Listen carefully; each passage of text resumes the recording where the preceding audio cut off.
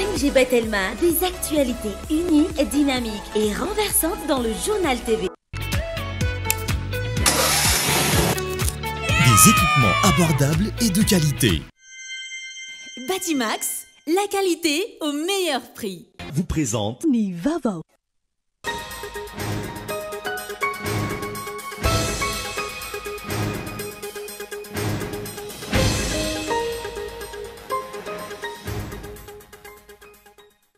Najabaka indray ny Premier ministre ka nasaina laza fa olany fitantanana ny mahazo ny orinasa Jirama amin'izao fotoana izao.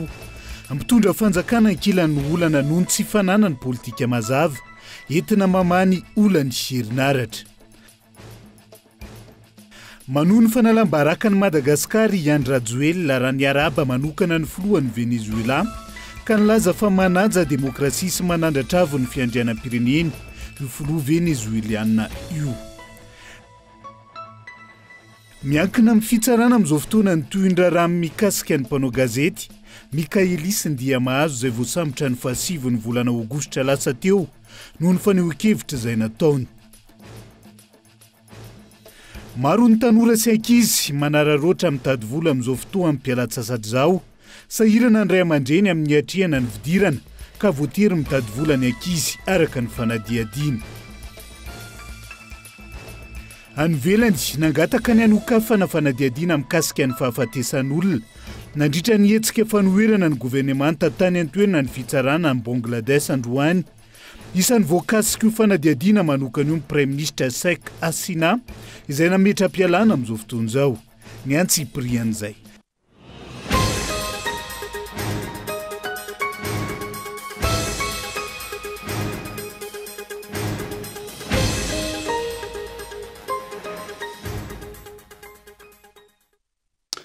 Ngadondrainy amin'ny valora alina fotoana ny fampalalamba-bao eto amin'ny fitalavitra kolo atena ny Araba tomboky lasy tomboky vavy manasanao ihany koa anaraka ny fampalalamba-bao hatramin'ny afarany. Toy ny mahazatra matoan-datsoratra nondeha anokafantsika ny fiarahana amin'ity alina ity. Najabaka indray ny Prime Ministre ka nasaina ny laza teo anoloany ireo solombavam-bahoaka fa olany fitantanana no mahazo ny orinasa Jirama amin'izao fotoana izao. Ampitondra fanjakana nefa ny olana satria tsy manana politika mazava entina mamany olany fahatapahan-jiro eto amintsika matoan-dahatsoratra. Raha toka efa isan'andro mandavataona ny fitarainan'ny mpanjifa manoloana ny fahatapahan-jiro eto amintsika, mivoatra isan'andro mandavataona manaraka izany ihany koa ny fialana bala ataon'ny mpitondra fanjakana manoloana izany. Ankehitriny, atsipiny mpitondra any amin'ny Jirama ny rihitra.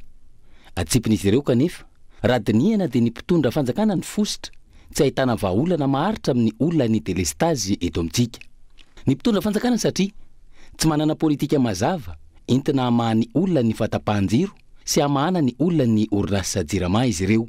Ny mpitondra ny olana satria noho ny tsy fitiavana ny adversaire politika dia nipotehana ny tetikasa efa nipetraka sahofika sy volobe hamahana ny olona ny famokarana herinaratra eto Madagasikara. Ny tetikasa sahofika sy volobe izay efa natomboka tamin'ny fitondrana Rajaonarimampianina kanefa najanona sy nitadiavana ny fomba rehetra ampitsahatra azy noho ny tsy fitiavana ny mpifanandrina politika izay. Natao tsinotsinona ilay antsoina hoe continuité de l'État ka ny vahoaka malagasy iray manontolo no mizaka ny vokadratsiny izany. Ankoatr'izay, lafo ny famokarana herinaratra kanefa amidy mora amin'ny mpanjifa.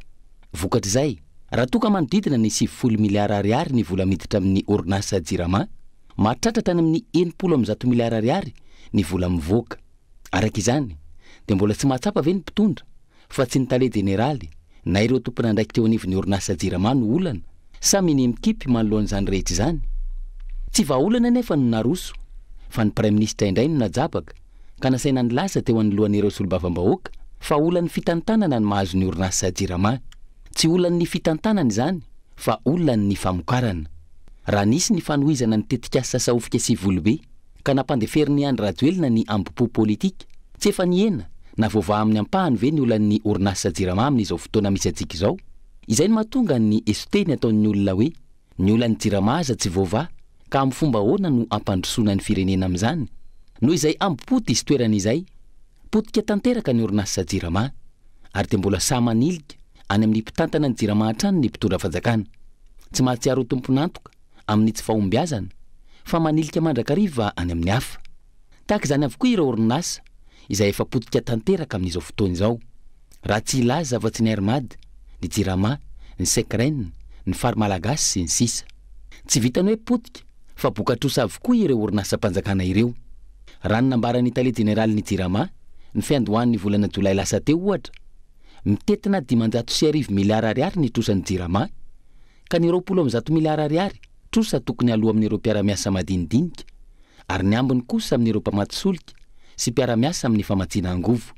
Rariny raha toka ilaza ny tompona andraiky teo anivon'ny Jirama fa any amin'ny taona 534 any ho any vao voavaha ny olan'ny Jirama, ary any amin'ny taona 824 vao ena ny olan'ny délestage.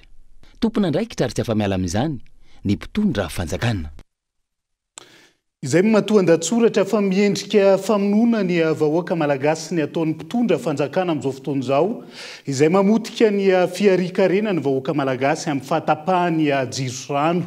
Ireo mpamakafaka fiainam-pirenena tamin'ity androany ity. Ny tsy fahatombanany famatsiana jiro rano izay mampitotongana ny fiariny isam-batan'olona, saingy minipikipo ny fanjakana hatreto. Henri Florian. Ileo délestage io no teny mivoaka amin'ny vavan'olom-pirenena maro manerina ny nosy ankehitriny, ary mizaka ny maharary vokatra izany avokoa ny sehatra rehetra, indrindra fa ny mampiasa ny herinaratra. Fanambanina ny vahoaka malagasy ny tsy famahana ity olana ity ho ireo mpamakafaka ara-politika. Zavatra misy amin'izao fotoana izao dia sady famonoana no fanambanina antsika malagasy. Ny jiro ny raisiko dia hoe rariny ve ary mety ve raha singa iray izay atao hoe miantoka ny fampandehanana ny fiarikarena ny tsirairay isam-batan'olona sy miantoka ny fandriam-pahalemana ilay hazavana no atao tahaka an'izao ny fanaovana azy, nefa ihany koa sady tsy mahafa-po ilay tolotra ataon'ny Jirama no mbola nahitana fiakarana ny vidiny no napetraka ilay endrika hoe fanasaziana raha sanatria ka tara ny fandoavana an'ilay faktura dia tena mahita fa fanambaniana sy famonoana ilay izy.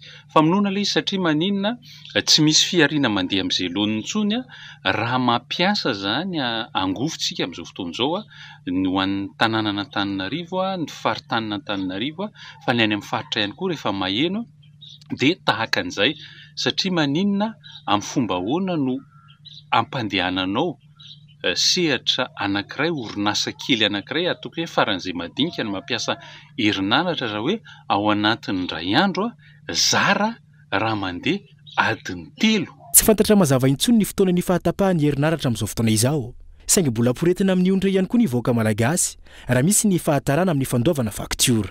Le jiro sady tsy fantatra intsony amin'ny fotoana inona ny tapaka fa izay tiana hanapahana azy fa hoe isy fahatapahana fotsiny amin'ity androany ity. Le androany anefa isan'andro dia misy foana izay fahatapahana izay, ka izay no teneniko hoe efa tsy mitsinjo intsony izany an'ilay atao hoe tena fiarian'ilay malagasy, ary miampy ihany koa an'ity sazana 5 isan-jato ity raha sanatria ka tsy voaloha amin'ny fotoana izay apetraka ny Jirama dia miteny hoe amin'ny fomba ahoana no andoavana ara-potoana ilay faktura izay jiro tapatapaka raha sanatria ka tsy mandeha ilay asa. Izany hoe ianao atao izay tsy hidiran'ny vola amin'ny fandrarana ataonao, fa ianao ihany koa dia saziana satria efa fantatra fa tsy alohan'ilay vola zany ianao dia amena ilay 5%, raha tsy voaloha ilay izy 5% amin'ity dia amin'ny fotoana manaraka ihany koa izy 5%. Raha saina ohatra ny zavatra nitranga nisy omaly teny anivon'ny antenimiran-doolona nandritra ny fampafatara ny Premier Ministra ny politika ankapobeny ny fanjakana ny PGE, tapaka nandritra ny 7 minitra teo eo ny jiro ka nampitabataba ny filoha lefitry ny antenimiran-doolona Nicolas Rabemananjara izany. Asa raha mba tsapany ity loholona ity sy ny mpitondra fanjakana, fa mihoatra lavitra noho izany ny fahatapahana misy any atokantrano ny vahoaka malagasy mandehana ny nosy. Ny antoko ny mpitondra no eo amin'izao fotoana izao, saingy tsy mahavaha ny olan'ity Jirama ity. Iverenantsika ny makasika an'izay fahatapahan-jiro izay rehefa avy eo ny zava-misy teny amin'ny 720 hektara teny rehefa vonona ny sary.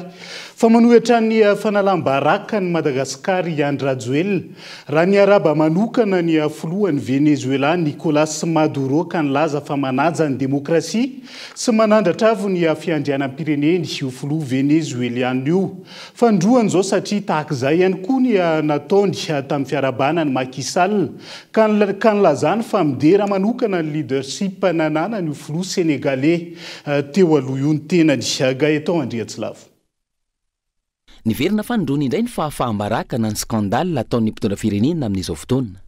Antony, ny araba manokana ny filohan'ny Venezuela Nicolas Maduro, izay voafidy indray Andry Rajoelina, taorian'ny fifidianana tao Venezuela, ny 20 Jolay lasa teo, ka nilaza fa i Madagasikara dia mitera ny demokrasia sy ny fiambonian'ny firenena ao Venezuela. Niverina fa nindrony satria ny volana Martsa lasa teo dia efa niarahaba manokana ny filoha sénégalaise teo aloha Macky Sall ihany koa i Andry Rajoelina, ary nilaza tamin'izany fotoana fa miarahaba manokana noho ny leadership nananan'io filoha sénégalaise teo aloha io. Fiarabana izay niteraka resabe sy natezitra olona maro, indrindra ireo sénégalais izay niaina mivantana ny fijaliana noho ny fomba fiasan'ny filoha sénégalais teo aloha Macky Sall. Izao indray miverina ny tranga manala baraka manoloana ny filoha ao Venezuela. Ny ao Venezuela izay efa nomeloiny ny beseny maro noho ny fanitsakitsahana ny demokrasia sy ny fanaovana didijadona. Isan'ny nanameloka io tranga ao Venezuela io ihany koa ny eo anivon'ny IDC-CDI na ny International Democrate Centriste, indrindra ny voka-pifidianana tao an-toerana izay voalaza fa feno osoka sy manohitra tanteraka ny demokrasia. Ny IDC-CDI izay tsy ahivona fa ahitana antoko politika maro manerana izao tontolo izao, ka isan'ny mpikambana ao anatin'izany ny antoko malagasy miaramiainga. Tsy mijanona teo, nisy ihany koa ny fiarovana ny didijado nataon'ny Nicolas Maduro ary nanitsaka ny zon'olombelona sy ny safidy ny vahoaka ao Venezuela. Tsy tahotra tsy henatra nefa dia narahaba io filoha ao Venezuela io i Andry Rajoelina ary nanamafy fa midera izany rehetra izany, indrindra ny demokrasia hoy izy. Tsy ahivina hatrany, efa namoaka fanambarana na nameloka ny tranga tao Venezuela i Andry Rajoelina ny taona 2024.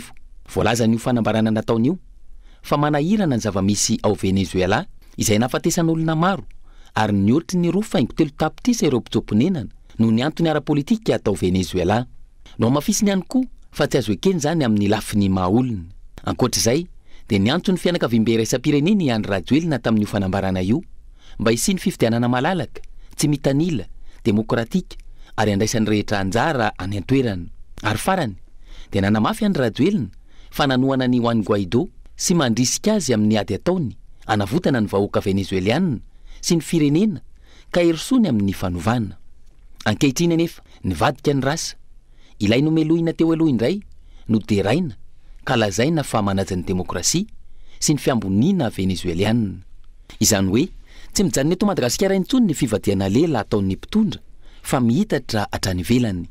Manameloka izany fihetsika ataony Andry Rajoelina izany ny IDC-CDI ka namoaka fanambarana ary manameloka ihany koa ny Guinea-Bissau izay mitovy fomba fijery tamin'ny Andry Rajoelina. Fanampin'izay miantso ny fianakaviam-be raisam-pirenena izy ireo anampy amin'ny fiarovana ny demokrasia sy ny zo fototra ary koa anilika ireo endrika fanohanana izay fitondrana mijoro amin'ny alalan'ny osoka sy ny fanaovana tsindry azo lena. Enatra ho an'izao tontolo izao izany fihetsika ataony Andry Rajoelina izany.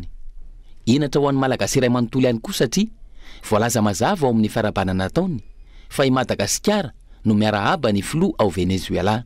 Fanontaniana mipetraka, mety ilay fitsidiana nataony Andry Rajoelina tany Guinea-Bissau ny 27 ny volana Jolay lasa teo ve no nampitovy fijery azy sy Andry Rajoelina manoloana ny raharaha ao Venezuela ka nanamelohana azy roa tonta miaraka tahaka izao. I Guinea-Bissau izay tsy ahivona fa isan'ireo firenena afrikanina no vatsiany Andry Rajoelina CVO Covid Organics ny taona 2020. Fa ny araba manokana ny solitena maritry ny FMI vaovao monina sy miasa eto Madagasikara ny antoko malagasy miara-miainga ary koa mampatsiahany lesoka misy eo amin'ny politika akabe ny fanjakanana ny PGE sy ny teti-bolam-panjakanana sy mpanitsinana ny LFR ho an'ny taona 2020. Ny Premier Ministre izay nampafantatra ny plan de mise en œuvre na ny PMO ny ainga tamin'ny PGE no volavolaina ny volana Janoary 2020 kanefa nahenatra ny amin'ny atsasany fandaniam-bola mpanjakana araka ny voalazany LFR ho an'ny taona 2020 izay nolanina ny volana Jona 2020 Fanampon'izay araka ny voalaza trany tsy nandray ireo fandahara-pamatsim-bola ny FMI nankatoavana ny volana jona lasa teo ihany koa io PGE io. Noho izany ny antoko malagasy miaramiainga dia mangataka fampiantona amin'ireo tetikasa fampiasam-bola tsy lara-pamena sy fandaniam-bola ny fanjakana malagasy tahaka ny autoroute ny teleférika sy ireo kianja filalaovana sy ny maro hafa ary koa mangataka sazenjana amin'ny fanaovana kolikoly avolety izay mahazo vahana eto amin'ny firenena amin'izao fotoana izao. Anovizantsika ny fampahalalam-baovao amin'ity alay ity nangataka tamin'ny filohany anteny Merandolo ijerena manokana ny lalàna miaro ireo mpampaneno lakolosy na ireo lanceur d'alerte androany teo anivon'ny Transparency International nandritra ny feonabe nasionaly makasika ny ady amin'ny kolikoly sy ny fanondranana ntsokosoko ireo biby samihafa eto amintsika izay mahazo vahana amin'izao fotoana izao. Nandahy izany ny filohany anteny Merandolo ary laza fa pikaramanady ireo mpampaneno lakolosy eto amintsika amin'izao fotoana izao ireo. Fitianokolona no mitatitra ny antsiprian'izay. Zaho tena miteny hoe samimba mijery objectivement fa le soi-disant lanceur d'alerte dia pikaramanady fotsiny. Zay fotsiny zany le izy ka zay ninainy ohatry hoe efa tonga tao amiko tao ny ambassadeur-ny tsy ambassadeur fa ny taony Egypte le tonga tao amiko tao dia nanazavako an'izay. Fa itsika mila mitandrina kely zany amin'ny eto Madagasikara mialatsiny aminareo ako fa misy le ONG sasirany ohatry hoe natao miseho fotsiny izy mba angalana vola amin'ny communauté internationale. Ianareo ve milaza fa mahay lalàna ohatra noho ny mpitsara zay afaka concours tany amin'ny ONG. Ianareo ve milaza fa mahay lalàna nefa misy olona manana doctorat amintsika nefa ianao le miteny hoe zay kritika ny lalàna tsy manana fa tsy maîtrise ianao na licence. Ankilany zava-dehibe ny fisian'ireo mpampaneno lakolosy ireo noho izy ireo mahita ny zava-misy ny fotony hony teo anivon'ny Transparency International noho ny tsy fisian'ny lalàna miaro azy no antony tsy asahin'ireo mpiteny ny zava-misy mampametra-panontaniana ny fahavonona ny fanjakana iady amin'izany fanondranana antsokosoko ireo bibidia izany raha ny valiteny voaray hony teo anivon'ny Transparency International. Dia mitovy foana ihany le valiny hoe anao ve le fanjakana sa tsy anao. Engany izy ka vonina satria hitanareo mafy le kolikoly tena mafy izy tena mafy ny mpanao kolikoly ary réseau mifampiaro izy ireo izany hoe raha vao tsy mafy zany le volonté politique raha vao tsy mametraka moyen izy mametraka na entimanana na ny olona na ny etsetra iady amin'ilay kolikoly dia tsy ho tafavoakitsika. Fantatray tsara hoe be da be ny zavatra tsy manjary ny raha notina IPC atsika zao 25-26 eo foana tsika sur 100 tsy mandeha zany le ady amin'ny kolikoly tsy mandeha zany le ady amin'ny kolikoly ary tsy hoe fitiavana tenitenina hoe inona fa zava-misy le izy mivoaka eto amin'ity trano ity na koa dia fahitanareo hoe inona daholo zao manjoa antsika zao kolikoly ane zao hoe fantrana kolikoly fantrana. Adidiny tsiraray manomboka eny fotony hatramin'ny tompony andraikitra mahefa ny fiarovana ireo zava-mananaina sy bibidia indrindra ny ady amin'ny kolikoly amin'ny fanondranana azy ireo hoy ny Transparency International. No tontosaina androany manoloana izany fiaonam-be nasionaly faharoan'ny ady amin'ny fanondranana bibidia eto Antananarivo ary toy hatramin'ny Rampitso Etsianosy etsika izay tohanany sampandrara Amerikana misana fampandrosoana iraisam-pirenena na ny USAID. Iverenantsika vetivety ny vaovao mahakasika ny famatsiana herinaratra amin'izao fotoana izao. Tsy tana intsony nidina an-dalambe nandoro pneu ary nitako fa olana maharitra. Manoloana ny fahatapahan-jiro lavareny ny amponina teny amin'ny 720 hektara ny ariva teo. Maro ny fahavoazana terak'izay amin'ny zao fahasarotany fiainan'izao izy ireo. Raha tsy ilaza fa tsy fahafahana miasa araka ny tokony ho izy ny fahasamban'ny fitaovana, ny tsy fandriam-pahalemana tsy ny maro hafa. Mikasika an'le fahatapahan-jiro zany. Le fahatapahan-jiro zany efa tena fa isan'andro dia nefa ny tsy arakarak'ilay tolotra omen'ilay jirama zany le fitakiana facture. Raha natsikaritsika nisy taratasy vao navoaka ny jirama voaingana hoe raha taran'le diso izy ny facture ny fandoavana facture zany dia ho tapahana ny jiro ary roso amin'ny sazy mafimafy kokoa. Tsy arakarak'izay nefa zany ny tolotra omeny ny jirama. Ka mba mangataka re mba ataovy mifanaraka amin'le tolotra omena anazy zany le fanjifana le jirama fa lasa isan'andro rehefa isan'andro maharitra indraindray misy maharitra adiny 4 ny jiro na ny tapaka. Maro zany. maraina io ariva aritrany maraina ariva zany le jiro tapaka foana zany dia ohatran'izay zany zay zany fitarina reto vahoaka manodidiny reto lasa isan'andro zany le jiro tapaka foana na alina io na maraina fitadiavana sy tenena ntsony fitaovana ao an-trano simba mandeha kely dia tapaka mandeha kely dia tapaka zay mahatonga an'ireo olona reo androany efa nitroatra satria efa mafy loatra amin'le vahoaka zany le fatapahan-jiro zany mba mila averina fa tapatapaka lava foana isan'andro na ny ankizy ary amin'ny alina matory tena misy amin'ny folo ny tapaka dia amin'ny efatra ave vao miverina tsy mety mihitsy ilay izy nefa ny volan-jirama vao tsy ampy dia menimeny ny zarena fa ny jironay tapahana lava foana na ny teleanay raha simba mihitsy iny zay tompo fa mila jiro mba miverina normaly zay la fomba vao afa mihisatra tanteraka amin'izao fotoana ny fampodiny ireo bibitratra tany Thaïlande izay nolazay ny fanjakana malagasy fa averina eto amintsika ny volana jolay lasa teo baranay ny sistany ary marefo ny fampiarana lalàna ka mahatonga ny harem-pirenena miondra ny tsokosoko ny mpisehatra manodidina an'izay fiarovana ny tontolo iainana sy ny biby samihafa izay tamin'ity androan'ity Christian Diby. Niemtra amin'ny volana septambra ho avy izao indray ny famerenana ireo bibitratra tany Thaïlande raha toka ny volana jolay lasa teo ny kasen'ny fanjakana amerenana izany eto an-tanindrazana. Antony mitombo ny fahasarotana mikasika ireo pitsipitsy ny ara-taratasy sy ny dingana tsy maintsy arahana hany ka mitarazaka ny fampodiana ireo biby tsy fahita raha tsy eto Madagasikara ireo ho ny manampahaizana manokana momba ny primate na ny primatologue tamin'ity androany ity. Raha ny marina tokony tamin'ny farany volana jolay nitavaverina dia aveo nametraka olana indray le polisy thaïlandais hoe pourfouille fa tena biby avy amin'ny Madagasikara marina ireo varika sy torture eo dia efa nanoratra zany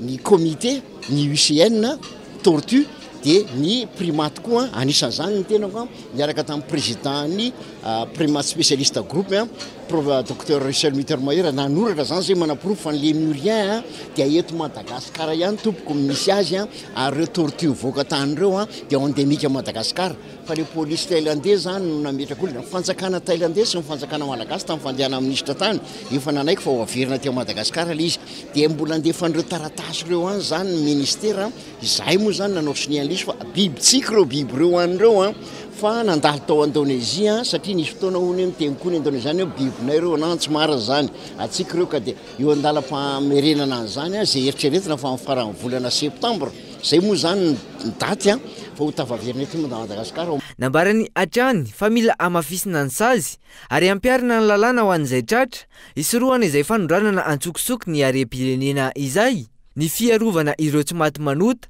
sy ny fisian'ny kolikoly izay isan'ny nampiletika ity firenena ity hatramin'ny androany. Averika matota vavoaka ireo biby ireo misy malagasy zany ndray tsy kombakomba taminy ary oko reny tsy arovana tompoko ary zay foana mantsy ny olana reny misy miaro ary matetika le lanceur d'alerte indray no misy mandrahona ka reo ololo reo zay tadiaviny olona zany hoe inona ny sazy miandry an'izay koa zany na izako ary miandry an'izany satria fahasahiranambe mihitsy ny izy amin'izao fotoana zao tena fahasahiranambe fivoriana ahoana no atao mivory foana zany zay mifampindray amin'ny anyvelany miresaka amin'ny anyvelany tena lasa fahasahirana le izy ka na hiteny azy ianao rehefa tsy ampiarina le lalàna tomony tsy misy any zany amiko tomony tsy misy any zany ka zay lalàna tsy miaritra mihitsy ny olon'ity firenena ity. Tafakatra 4 hatreto ireo tranga fanondranana antsokosoko ny harem-pirenena miala eto Madagasikara na ireo espèce endémique nanomboka ity taona 2024 ity araka ny tatitra farany nataony ireo firaisamonim-pirenena mpiaro ny tontolo iainana sy ny zava-mananaina.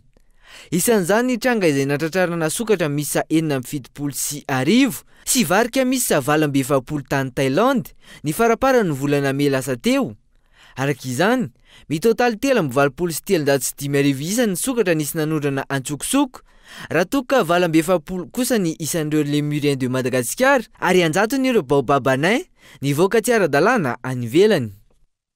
Dia izay ihany koa no hoentsika miseny vetivety ao anaty doka fohy mbola maro ny fanadiadiana sy vaovao misongadina mbola hoentina aminao. Santionan'izay ny raharaha Mikaelisa Ndiamazo ilay mpanao gazety avao Toamasina voasariongotra noho ny faneo-kevitra nataony amin'izao fotoan'izao eo ihany koa ny olana mianjady an'ireo mpandraharaha Mpanafatra entana eto amintsika aza misaraka aminay ary ao anatin'ny tapany faharoa no anarahantsika izay.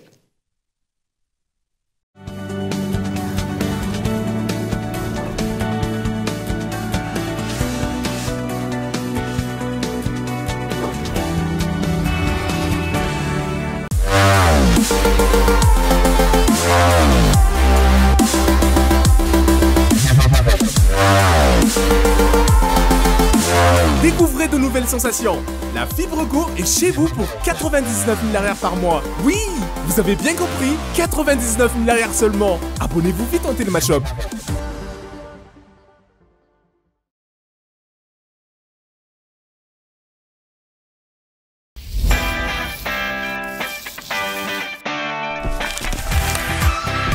Des peintures abordables et de qualité.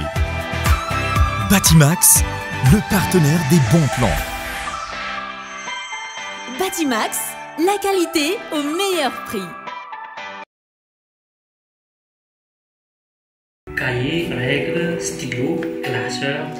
Malala, aza diny fa tokony hividy frigo tsika amin'ity volana ity a. Fatako izany. Fa mamaika antsika aloha izao dia mividiran'ny mpianatra. Tsy olana izany e. Fantatrao moa fa ao amin'ny Cosmos miaraka amin'ny Crédit Mirindra dia afaka mividy ianao anio ary amin'ny Oktobra vao mandoa vola voalohany. Vaovao tsara kosa izany. Izany hoe miaraka amin'ny Crédit Mirindra amin'ny Cosmos izany. Mividy tsika anio amin'ny Oktobra fandaovam-bola voalohany. Zay mihitsy. Ny 12 Aogositra hatramin'ny 1 Septambra mividiana entana miaraka amin'ny Crédit Mirindra manerana amin'ny magasin Cosmos ary amin'ny Oktobra amin'ny fandaovam-bola voalohany sady afaka loanao tsikelikely hatramin'ny 30 volana izany izay miaraka amin'ny Crédit Mirindra izay amin'ny Cosmos irery ihany.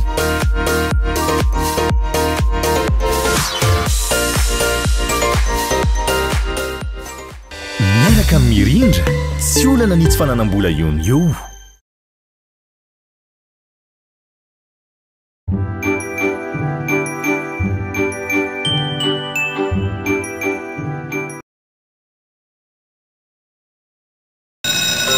Réussis ta rentrée avec Bic. Retrouve dans tes magasins habituels les crayons de couleur et les feutres Bic Kids, les ardoises et marqueurs Velleda, les correcteurs Tipex, les crayons Écolution et les stylos Bic Cristal. Vive la rentrée avec Bic!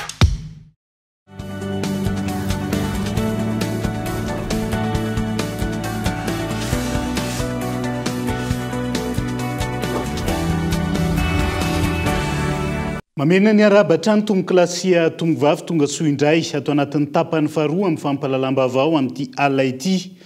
Miankina amin'ny fitsarana amin'izao fotoana ny toy ny raharaha mikasika ny mpanao gazety Mikaelis Ndiamahazo izay voasambotra ny fahasivy ny volana Aogositra lasa teo noho ny faneho-kevitra izay nataony amin'ny fanadihadiana nataony zandary izay efa vita androany hoy ny mpisolo vavasy tamin'ity androanyity Daniela Minoaso.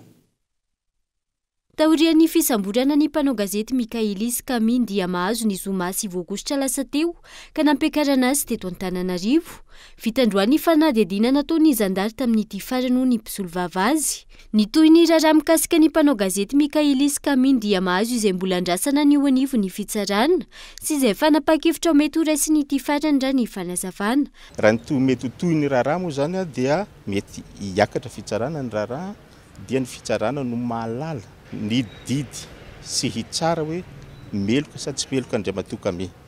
Hitantsika ihany moa zany any amin'ny tambajotra serasera efa tsy afenina intsony moa zany fa ny anenjena azy dia ny famoahana vaovao izay no eritreretina hoe anaoltoina ny filaminam-bahoaka. Izany hoe misy an'ilay hoe olona voatefitra tany Tomasina ny jiro tabatabaka merci chips tsy mahazo taratasy dia misy hoe inona koa manaraka mifoazo Tomasina. Izay le hoe mifoazo Tomasina zay moa zany no ny eritreretina fa hoe anoitoina ny filaminam-bahoaka. Dia izay zany aloha ny hatreto ny toetra raha fa miandry zany tsika amin'izao fotoana izao. Tonga teny amin'ny cybercriminalité Tobratsimandrava niaraka tamin'ny mpisolo vava ny Mikaelis Ndiamahazo androany teo anivo ny olavitry ny mpanao gazety. Ity farany izay miantso ireo tompona andraikitra isan-tsokajiny hijereka aiky sy hanapa-kevitra manoloana ity raharaha ity. Izay ivana manodidina ny 4 hatramin'ny 5 eo isan-taona ny mpanao gazety manan'olana eny anivo ny raharaha-pitsarana na ny raharaha eo anivo ny mpitandro filaminana. Mitombona ny voalazan'ny mpanao gazety Mikaelis Ndiamazo makasika ny zava-misy any Toamasina amin'izao fotoana izao. Hoy ny solombavambahoaka ny Toamasina voaloha, mirongatra ny tsy fandriam-palema na tapaka lava ihany koa ny herinaratra sy ny maro hafa. Isan'ny tepiko izay nanairany ny vahoaka ny Toamasina ifota ao anatin'ny publication izay nataony ka ny afara tamin'ny fisamborana azy sy Elinora Zafimanana Kolo Toamasina. Nitondra takaitra vokatry ny firongatry ny tsy fandriam-pahalemana teto Toamasina ity ramatoa 13 taona ity. Voatifitry ny jiolany tongony. Lasa n'ireo olon-dratsy ny saka misy ny fitaovam-pihinanana avy tany amin'ny toeram-piasana. Ny hariva ny sabotsy fahatelo ny volana aogositra lasa teo. Satria le direction le lehilahy zany saky voaka andeha Arabe. Dia nahita le basiny izy dia niheriny fa tsy maty. Dia le sakako apty amin'izay azonjare dia nitifirinjare sa. Fa ohatran'le tapao mananjany.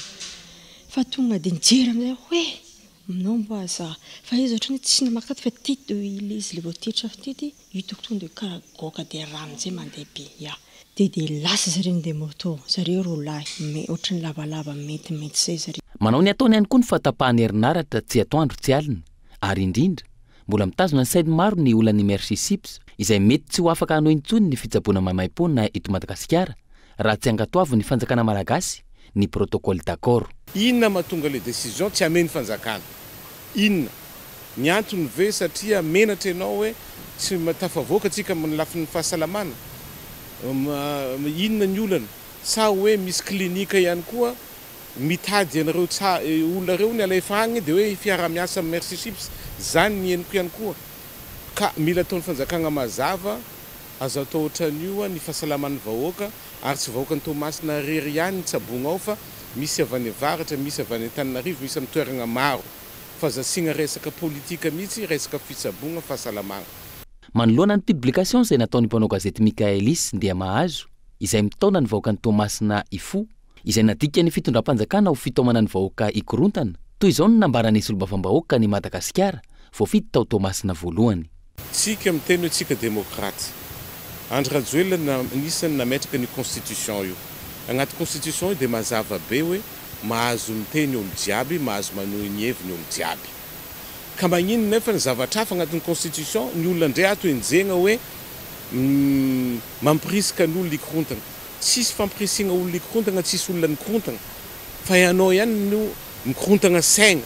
Satria tsy mandeha ny toe-karena mijaly ny vahoaka malagasy, tsy hitanao ny vahaolana amin'ny asa dia anao manenjika olona tsotra mpagnano gazety zay tsy mampikorontana tsy magnino dia enjegna lava, enjegna dolo ny olo jiaby. Fanjakana kanosa, matahotra, manenjika mpagnano gazety zay olona anankiray enjegna lasa olana be. Hatramin'ny androany mbola ao anaty andromaso ao amin'ny Tobra Tsimandrava ny mpanao gazety Mikaelis miandry izay mety fanapahan-kevitra farany avy amin'ny fanjakana. Tontolon'ny fandraharana vetivety. Matsaro tena miady rery tsy misy mpiary eo mpandraharaha malagasy misehatra amin'ny fanafarana entana avy any ivelany amin'izao fotoana izao. Antony tsy mbola nojeren'ny fanjakana malagasy ny fangatahany izy ireo mikasika ny tokony hanafoanana ny didy mametra ny vola farany ambony afaka hoentina any ivelany. Vola izay nofaritany fanjakana ho 10,000 euro na 4,700 tapitrisa ariary. Christian Diby. Kivy tanteraka ireo mpandraharaha misehatra amin'ny fanafarana entana avy any ivelany eto Madagasikara amin'izao fotoana izao. Antony izany ny tsy mbola nojeren'ny fanjakana ny fitakiana nataon'izy ireo mikasika ny anafoanana ny didy mametra ny vola farany ambony afaka hoentina mivoaka makany ivelany ho R1,000 na 4,700 tapitrisa ariary. Kely ary tsy ampiakana entana raha io vola farany ambony io ho ireo mpandraharaha androany. Tranga izay amotika ny fandraharahan'izy ireo raha tsy misy ny fandraisana andraikitry ny mpitondra fanjakana. Ho anay mpandraharaha majinika aloha le izy tena mafy ho anay le izy satria ferana zany le vola hoentinao mivoaka maka entana dia lasa ohatrany hoe tsy afa-po ianao mampiasa an'le izy dia moko tsy afaka mivalapatra be zany ianao hoe maka ny entana zay tianao alaina rehetra fa ferana le izy dia tokony mba zay zany mba angatanay amin'ny fitondram-panjakana hoe mba tsy ferana ny vola mivoaka fa manjary sahirana be izay mpandraharaha majinika. olana sedrain'ireo mpandrara ihany koa ny fanagiazan'ny faditseranana ny volan'izy ireo izay efa tafakatra 70 isan-jato hatramin'ny 100 isan-jato ho hatrany ny fanazavana. Iny koa zany efa mba nangatana tamin'ny fitondram-panjakana hoe mba hahena zany le vola alaina gejaina ny le mpandrarara raha ohatra ka misy tratra le mitondra ny le devizy. Satria zao raha misy tratra ny devizy hoentina mandeha mivoaka dia tonga dia alain'ny fanjakana 100% le izy dia mba mangataka izay mpandrara majinika hoe mba hahena 5% vola giazana. Tena misy fiantraikany be aloha le izy satria izay mpandrara majinika dia hitana hoe raha vola kanao entana zany voageja daholo dia tena maty be izay. Izay nangatana amin'ny fitondram-panjakana zany hoe mba 5% ihany ny alain'ny fanjakana amin'ilay vola tratra amin'ilay devizy. Jaivina, nilaza ny fanjakana fa hodinihana sy hoamavanina ny antota-taratasy ilaina mikasika ny vola vahiny miditra sy ny mivoaka ny sistany araka ny tatitra ny filan-kevitry ny minisitra ny fa 24 Jolay lasa teo. Andrasina araka izany na isy vahaolana tokoa arosin'ny fanjakana manoloana ity olana mpandrara izay miankina amin'ny farafarana entana avy any ivelany ity. Manambahiny ny sampana fampahalalam-baovao amin'ity alaty dia tsy iza fa nomena tolo-janahary izay tompona andraikitry ny serasera eo anivony ITC. Miarabanao tonga soa ato anatin'ny fampahalalam-baovao amin'ity alaty. Mamaraparana ny fandraisana ny antota-taratasy ireo mpianatra ho raisiny eo anivony ITC ianareo amin'izao fotoana izao raha iverenantsika ny makasika ny ITC azavaina bebe kokoa ny mpanaraka ny vaovao amin'ity alaty. Inona ny isany mampiavaka sy ny tombony azo amin'izay fandratona fianarana eo anivony ITC izay nomena. Faly miarabanao dia faly miarabany mpanaraka ny fampahalalam-baovao amin'izao hariva izao. IT College dia lycée scientifique momba ny informatika voalohany eto Madagasikara. Izany hoe mampianatra momba ny informatika izahay eo amin'ny IT College manomboka classe de seconde, izany hoe izy afaka BEPC na afaka BEP na afaka brevet dia afaka miditra ao aminay ary mitohy amin'ny classe de première zany amin'ity taona ity. Anisan'ny tena mampiavaka ny ITC dia ny fanarahany fenitra ara-teknôlôjika.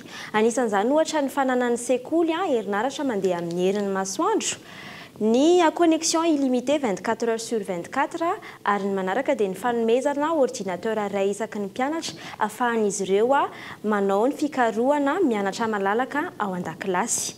Ny tena mampiavaka ny ITC ihany koa dia ny fianarana eo ambonina plateforme numérique, izany hoe tsy izy tsony ny soratonona na ireny mandika lesona ireny fa ao anatin'ilay plateforme numérique io avokoa no mianatra ny mpianatra ao an-dakilasy. Ny farany mampiavaka ny ITC izay tsy ho adintsika dia ny fifindrany mivantana ao amin'ny IT University izay mpiara-miasa sady mifampiankina aminazy ihany rehefa afaka ny bac S malagasy izy rehefa amin'ny klasy famaranana izany. Tsara tsy indrindra fa ny IT University dia mamoaka ny diplôme licence ary ny diplôme master international izay délivren'ny université avy any France dia ny master BR sy ny master MBDS. Fa tsara mpatsahivana ihany nomena izy avy zany ro afaka mametraka ny antota-taratasiny moa zany mety misy karazana masotsivana ve jerena ao anatiny zay ao anatiny sa mety hoe misokatra ho an'ny rehetra izay manam-pandriana ny ITC. Araka ilay fanlazaiko teo dia lycée scientifique izy io, izany hoe ho an'ireo ankizy série scientifique aloha voalohany dia indrindra ireo afaka BEPC, BEP na brevet. Rehefa malala scientifique izy zany matsapa ny tenany fa scientifique dia afaka miditra ao aminay. Ndao ary efa mamaraparana ihany izay fotoana ikatona ny fisoratana anarany eny anivony ITC izay raha ny fantatra amin'izao fotoana izao eto ary ny fanentanana farany hoentinao an'ireo olona manam-pandriana zany andrato fahalalana eny anivony ITC. Eny tompoko, efa hifarana tokoa ny fanaterana ny dossier ny antota-taratasy ho an'ireo izay maniry hiditra ao amin'ny IT College. Ny sabotsy 7 Aogositra ho avy izao no mifarana izy io. Raha ohatra ka hanirina mpianatra ny zanakao zany ianao ray aman-dreny dia eny Andorany Fotsy eny amin'ny IT University ihany no misy any IT College. Miala ny Rebusgalana ianareo dia miverina ohatra ny avy aty Antananarivo ihany dia trano maitsomaitso mora hita be eo no misy any IT College. Afaka miantso vatana ihany koa nareo ny laharana 038 13 300 21. Agastrany ianao nomena tolo-janahary tao anatin'izay fanampanazavana mahakasika ny ITC izay. Fa 10 isanjaton'ireo olona no ankavy izany hoe mampiasa ny tanany havia maneran-tany. Ho antsika eto Madagasikara mbola maro ny olana terak'izay indrindra ny any an-tsekoly. Maro ny toeram-pampianarana manery ireo zaza ankavy hanoratra ankavanana. Daniela Minoarso. Amin'ny ankapobeny, saika ankavanana avokoa na mampiasa tanana havanana ny ankamaroan'ny olona maneran-tany. Raha vitsanisa, izany hoe tsy misy afa-tsy eo amin'ny 10 isanjato eo fotsiny ireo olona ankavy na ireo olona mampiasa tanana havia maneran-tany raha ny fikarohana nataony ireo manam-pahaizana avy any ivelany. Amin'izay mahavitsanisa azy izay araka izany no raisina ho toy ny olona maningana ka hiarany fanilikiliana ireo olona ankavy noho izy ireny no heverina ho manam-pahasahiranana eo amin'ny lafiny fanaovan-javatra. Hita taratra izany amin'ny famolanana fanirina ireo ankizy, indrindra ny ankizy malagasy tsy maintsy hanoratra amin'ny ankavanana. Io famolana sy fanerena io izay mety isy fiantraikany amin'ny fitondran-tenan'ilay ankizy raha ny fanazavana. Ny tenako mpampianatra dia mahita an'izany, mahatsiaro fahasahiranana ihany ny mpianatra ny ankizy zany eo amin'izay le hoe fanerena azy hanoratra amin'ny tanana kavanana izay raha ohatra isika kavy, satria baiko avy any amin'ny atotohany zany ary dia misy famolahana tsy maintsy sarotra be zany ary io mety manova mihitsy ny toetran'le zaza ny fanerena azy hanao zavatra tahaka an'izany. Ka le hoe mahakavy zany dia tsy dia tokony hoe verina hoe klema fa azo ampiasaina tsara hanao zavatra ny olona manana an'izany fihavahana izany tahaka ny kavanana ihany. Ho an'ity renim-pianakaviana iray izay manana zanaka ankaviana gauche ity izao, sarotra ho azy ny namolaka ny zanany ampiasa izay tanana havanana izay. Ny zazakavy izay teraka kavy voajanahary antony mampanano sarotra izay famolana azy izay raha ny fanazavana. Ohatranazy zao ny zanako vao nanomboka nandray sotro izy dia akavy, dia mianatra koa izy dia akavy, dia hatramin'izao na miasa ary izy mason zany ny asany dia na miasa ary izy dia akavy. Izy zany ohatrany hoe moraina amin'ny daholo zany zavatra rehetra ataony.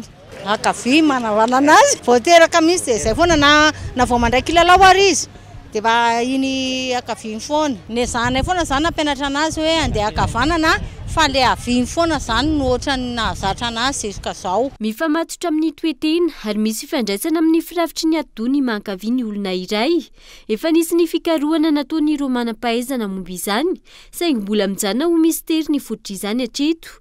Ny azo ambatra manavy azy ireo avokoa izay rehetra manavanana ny olona. Tsy ivana ankalazaina isaky ny 12 aogositra tahaka izao ny andro iraisam-pirenena ho an'ireo olona ankavy na ireo olona mampiasa ny tanana havia.